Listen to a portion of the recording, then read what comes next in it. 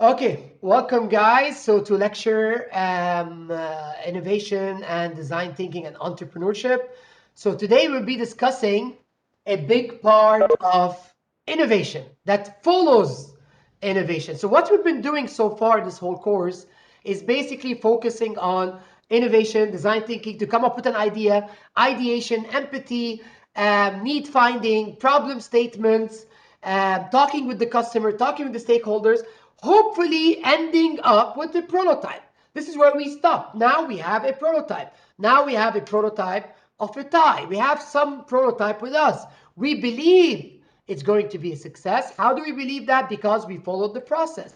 We followed the process of design thinking. Okay? So what next? Next is I want to take you to the next level. I want to become an entrepreneur. I want to decide, do I want to open a company using this idea that was proven to an extent that there is a need for it? This idea that was proven with empathy, involving my customers, involving my stakeholders, that somebody actually needs it. Therefore, this is the whole purpose of entrepreneurship. So again, I'll give you guys some ideas of reasons not to be an entrepreneur, and I'll put some videos for you later on. But instead of thinking about, is entrepreneurship about making money? Is entrepreneurship about becoming famous? Is entrepreneurship easy? I don't want to work a full-time job from 8 to 5. I'd rather become an entrepreneur, open a multi-million-dollar company. No, no, no. Entrepreneurship is not about making money. Entrepreneurship is not about making my life easier or getting more. I don't want somebody to be my boss. I'm going to open my own shop. Trust me, your customers will be your boss. So entrepreneurship, it's about, in my opinion, it's about making a difference. Entrepreneurship, it's about changing people's lives. If you believe in that, if you believe in it so much that you're going to dedicate everything to your company, therefore become an entrepreneur. Otherwise, go for a routine job, 8 to 5, get paid at the end of the month, safer, easier, and again, risk-free. Compared to becoming an entrepreneur, very high risk, but the reward is very high if you make it. But how many do? So that's why yes, we teach you innovation. Yes, we teach you entrepreneurship. But as I said before, not all of you should become an entrepreneur. You not. Maybe 1% of you should become. And that's the whole point of the deviant ants. The ants that deviate and become an entrepreneur. Many of them would die on the way. But those who make it will make a difference for all the other ants. They will find sugar and all the ants will follow. So that's the reasons of not to become an entrepreneur versus the reasons to become an entrepreneur. So if I were to define entrepreneurship compared to innovation, the pursuit of opportunity beyond resources controlled, love it, Harvard Business School. The idea and exploitation, I love this word, exploiting. I know entrepreneurship or innovation is all about exploring, but if I could exploit unexploited opportunities, that kind of falls under the umbrella of entrepreneurship. The nexus of enterprising individual and promising opportunity. So you could see these are very vague at the end of the day, but at the end of the day, entrepreneurship is a follow-up to innovation. So if you stop, we start with creativity. I'm creative. Before creativity, we imagine. We start with imagination. Then we go to creativity. Then we go to innovation when I implement my creativity and I have a prototype, which I have tested. And now I need to execute my innovation. I need to take it to market. I need to start making money. That's what we call entrepreneurship. So is it an art? Is it a science? I think I asked the same question before with innovation. Is it an art? Is it a science?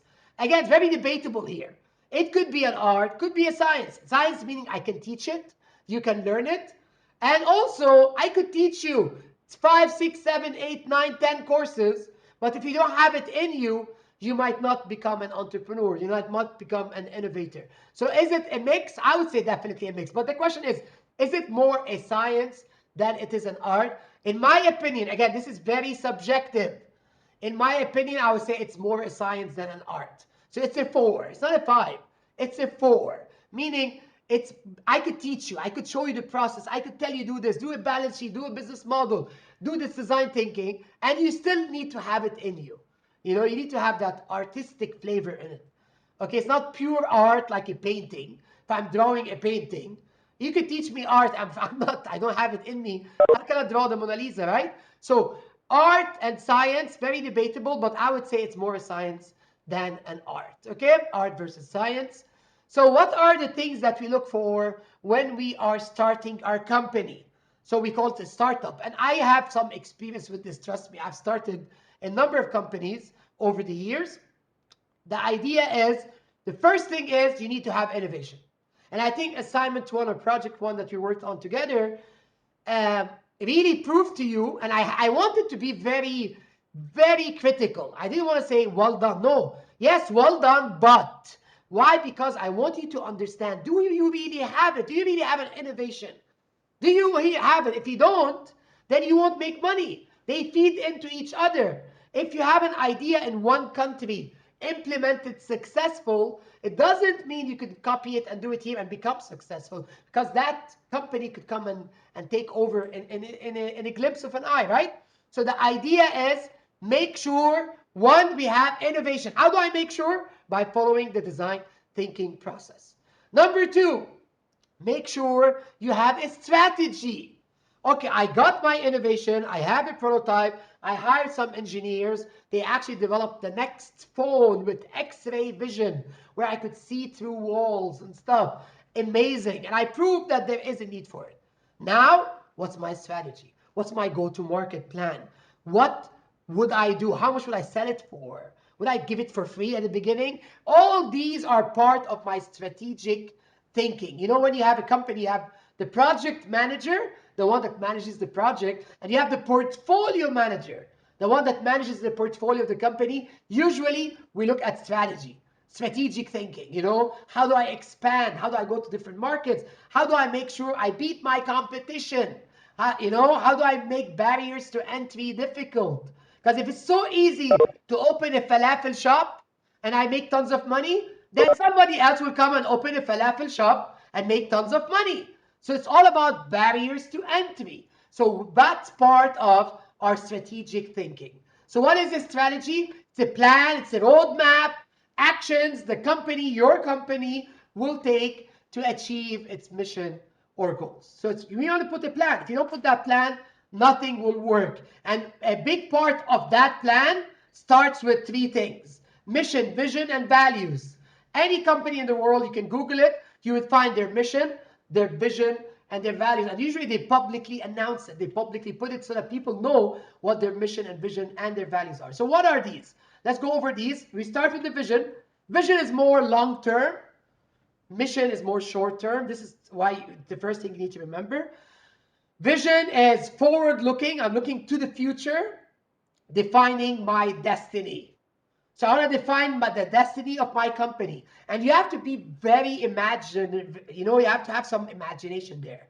You're not like, the vision of my company is to sell falafel. That's not the vision, right?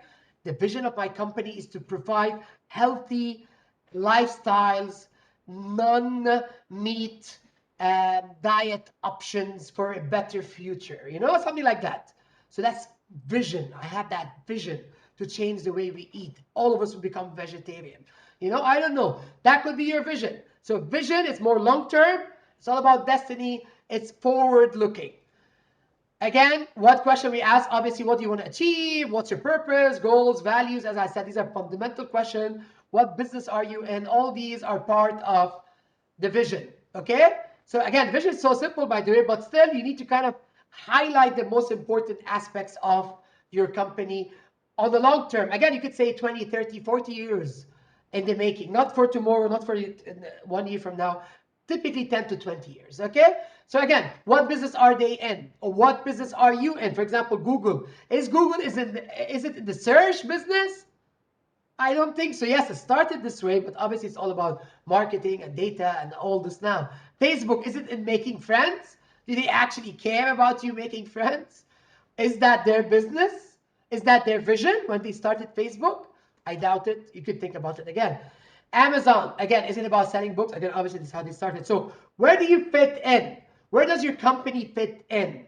That's number one. And where do you see yourself in 20 years? And by the way, your final project in this course, your final exam, it's basically what is your vision, not the vision of your company, your vision. Where do you see yourself in 20 years? When you go for an interview, the first question somebody will ask you, Hamad, where do you see yourself in 20 years? You know, I was applying for a high post the other day, 5-6 years ago. You know, the guy came and said, where do you see yourself? Like, he said, you're a professor, you're a full professor. You know, you're an associate dean. Where do you see yourself in 20 years? And that's not easy. Can I make a difference? Can I make a difference in the world? And that's what you want to look at your company. Where do you see yourself in 20 years? And where do you see your company in 20 years? There are two different questions, huh? Now, the vision of your company versus the vision of you as a person. These are two different things, okay? So some example of vision, I'm not going to read all of them. You could Google, find tons of vision statements out there, but I like some of them. For example, Facebook.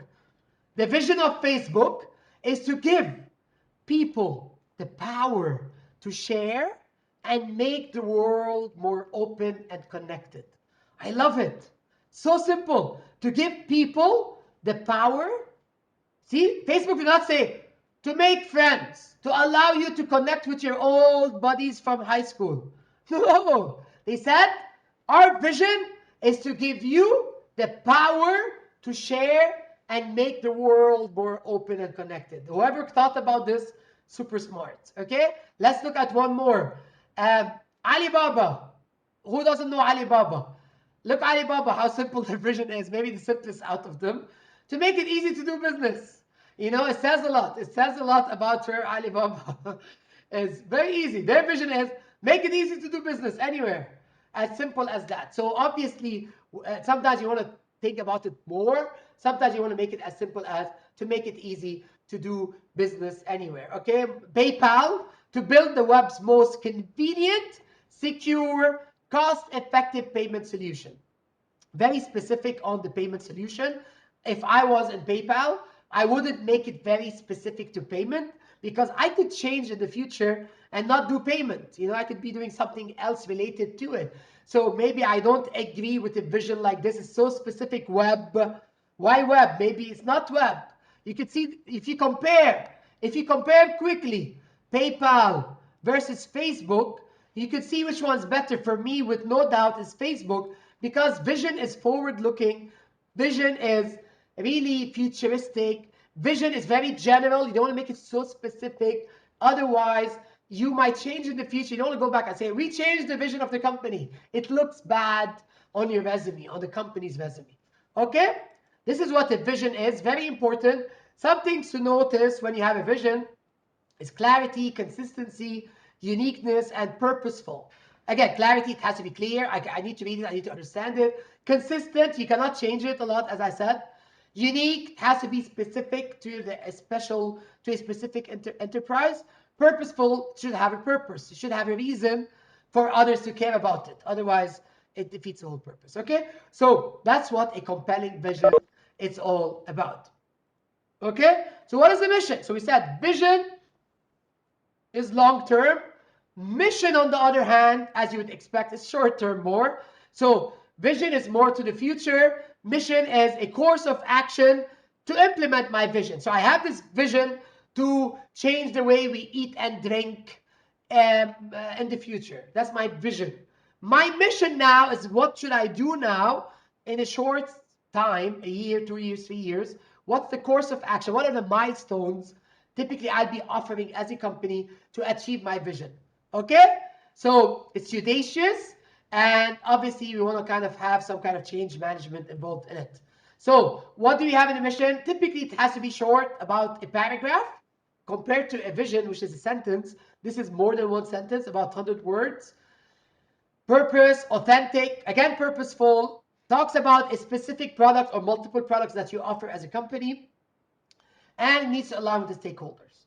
So what does that mean? Again, one more time, a mission explains further what you offer as a company.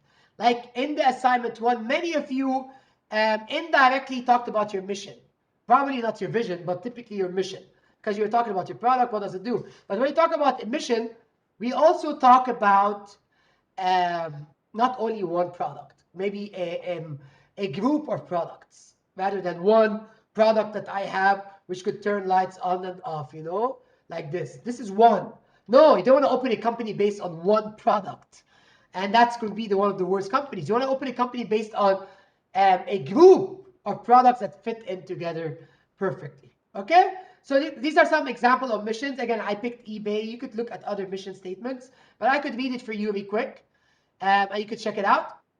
So, eBay, we help people trade practically anything on earth. I love this. Anything on earth. Okay? eBay was founded with the belief that people are basically good. I like it also. They're assuming, again, if you don't know what eBay is, obviously the bidding Amazon, if you think about it, where you could bid on products that other people have, right? So we believe that each of our customers, whether a buyer or a seller, is an individual who deserves to be treated with respect. We will continue to enhance the online trading experiences for all. Collectors, hobbyists, dealers, small business, unique item seekers, bargain hunters, opportunistic sellers, browsers. The growth of eBay community comes from meeting and exceeding the expectations of these special people. Love it. Cannot be better. So nice, so simple, clear, talks about the stakeholders, talk about what they're doing, talk about their belief that people are good. And that's a very nice belief, very optimistic belief. So this is what the mission statement of eBay. So you could read other mission statements, but again, the idea of the mission statements, you need to kind of target what you want. And as you can see, this is very similar to what? It's very similar to what? Even the way I was reading it is very similar to what? It's similar to an elevator pitch, right? You could see the way I was reading it, it sounds like I was pitching, right? It sounds like I was pitching in front of an audience. Because yes, indeed, the mission statement has a lot of pieces that we can easily use copy-paste in our elevator pitch, especially if it's one product out there. Okay? Very nice. So that's what the vision is. That's what the mission is. And you have the golden circle. The golden circle, which is very useful also for the elevator pitch, and something you need to think about a lot, is the why. You know, we always have 3 questions to ask when you open any company. Any company, you have 3 questions to ask. The what, the how, the why. Or the why, the how, the what. More important is the why, the how, the what. So from the inside, I go outside. So why are we here? Why are we doing what we're doing? You know, that's the why. And we go from inside out. This is what remarkable companies do. Why are we doing what we're doing? How would we do it? And what are we going to offer? So what is the product? How is what the product would do? And different from the competition. So you can think about it as a unique selling point, the USPs. That's the how. And the why is obviously, as I said, the reason of existence. The reason of existence. Why are you there? If you've done design thinking and you really did design thinking, not faked it, you already have the why. The why is already there. It's very clear. Why? And therefore, the how and the what will be easy to implement. And that many times when I teach a master's course or other courses as well, I always say, don't think about your product. Do not think about the product. Think about what? Who could tell me? Think about what? Don't think about the product. Think about that. Think about the opportunity. Think about the problem. Okay? Think about the opportunity. Think about the problem, because the opportunity can lead to 1,000 products. The opportunity can lead to many ideas better than yours. Trust me, in project 1, 90% of your ideas, anybody can do better. You know why? Because you focus on an idea rather than focusing on an opportunity. And say, let me ideate. Let me come up with 15 ideas and blend them together, because I'm sure you could do better than what you came up with. Okay? So the golden circle is very important. Think about it. So I have a small example. for Apple. Why? Why do they exist? You can see at Apple, we believe in challenging the status quo. We believe in thinking differently, making a dent in the universe. This is what Steve Jobs did, by the way. He said, I want to make a dent in the universe. I mean, how cool is this? Making a dent in the universe. How many of you, with your project one, will make a dent in the universe? Ask yourself that question.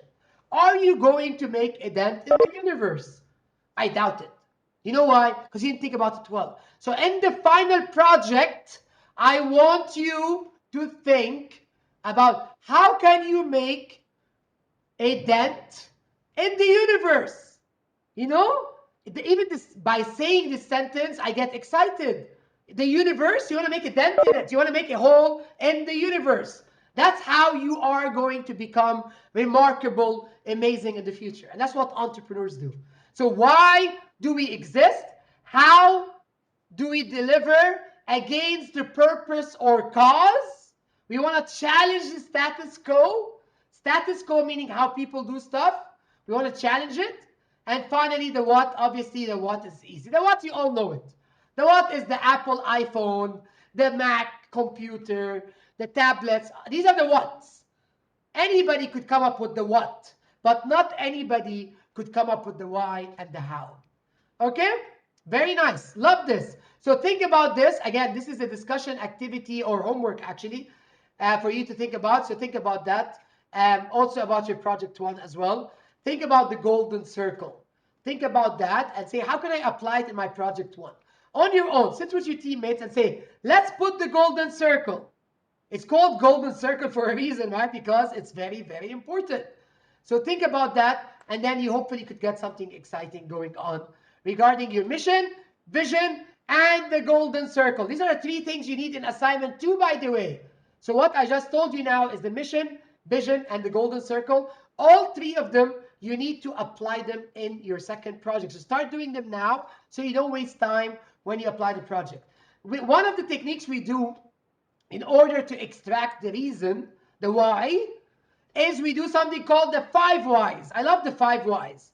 The 5 whys is an exercise. I want you to do it. Do it with your teammates. Do it with your partners. The 5 whys. The 5 whys, this is very famous, by the way. The 5 whys is a technique that we use in order to extract the root of cause. What was the problem? What was the issue? For example, if I told you your car did not start. You say, why would your car not start? This is the first why. He said, because the battery is dead. Why is the battery dead? Because I left my headlights on. Why did you leave your headlights on? Because I forgot to switch them off. Why did you forget to switch them off? Because I was in a hurry. Why were you in a hurry? Because I did not plan well and had too much to do. Look how cool. We started with my car will not start. Anybody on the planet Earth, tell them my car will not start. The first thing will tell you, your battery is dead, ya Muhammad. Go change it. Yeah? That's what they would do. But if you apply the 5 why technique, the problem is not my battery is dead. The problem is I did not plan well. So the opportunity, if I wanted to innovate, the opportunity is basically a planning process, a planning software, a planning app, a planning technique, a planning reminder. Has nothing to do with my car. Has nothing to do with my battery. This is where the opportunity is. But if you are not an innovator, if you're not an entrepreneur, your head will be like, my car will not start. Let me open a company that develops batteries. And you will fail in no time because you did not look at the bigger picture. And this is what we refer to as the 5 whys technique. Okay, very useful, highly recommended. Also apply it. Again, this will assist you to really see at the root of the problem. And the root of the problem is usually where the opportunity is. Okay? So this is for this lecture. We're going to have another lecture that will follow this as well. Let me stop here. Thank you.